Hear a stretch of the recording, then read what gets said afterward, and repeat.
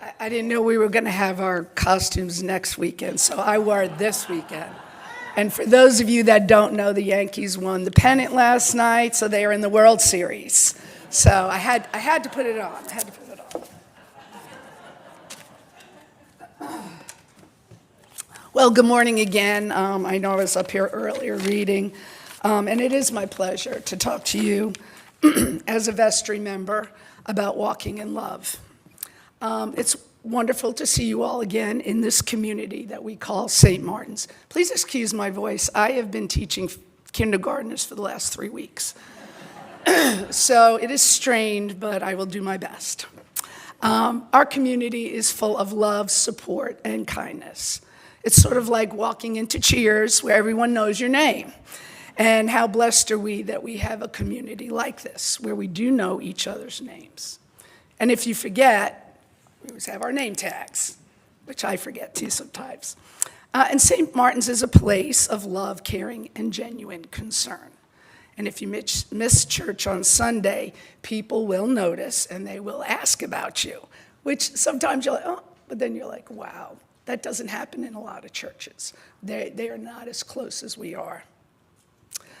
This is my first church as an adult where I felt a part of a community. When I first walked into St. Martin's, I fell in love.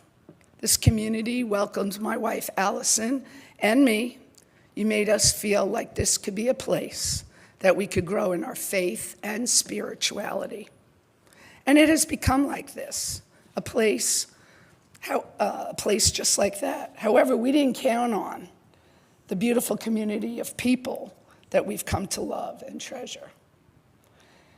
You may be someone I would never have met outside of church, or vice versa, but what a blessing it has been to meet you. We found out that the more we give of ourselves, we receive that back double fold. And what price can you put on that? I've been blessed to serve this community as a vestry member and a liturgical reader. Allison, who leads the flower ministry, and I deliver altar flowers to parishioners after the 10 o'clock service.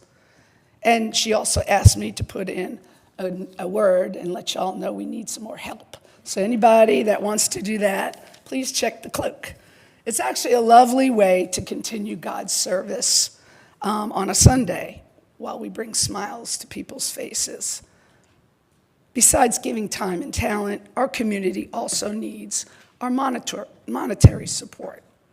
And I know inflation has hit us all pretty hard, myself included, and that also includes our church. I don't know about you, but I love my home, and I take care of my home, and I feel safe in my home. And our church is our spiritual home. Our spiritual home has to be taken care of as well. So, if we skip a $5 cup of Joe and a Chick-fil-A lunch once a week and add that to our weekly pledge, or make that your first pledge if you haven't pledged yet, imagine what an impact that would have on our community here, giving us resources to take care of our spiritual home, our parishioners, and, as Lisa just mentioned, our outreach to the greater Williamsburg community. I'd like to close with a quote from Blessed Mother Teresa. It's not how much we give, but how much love we put into that giving. Thank you in advance for your love. Go Yankees.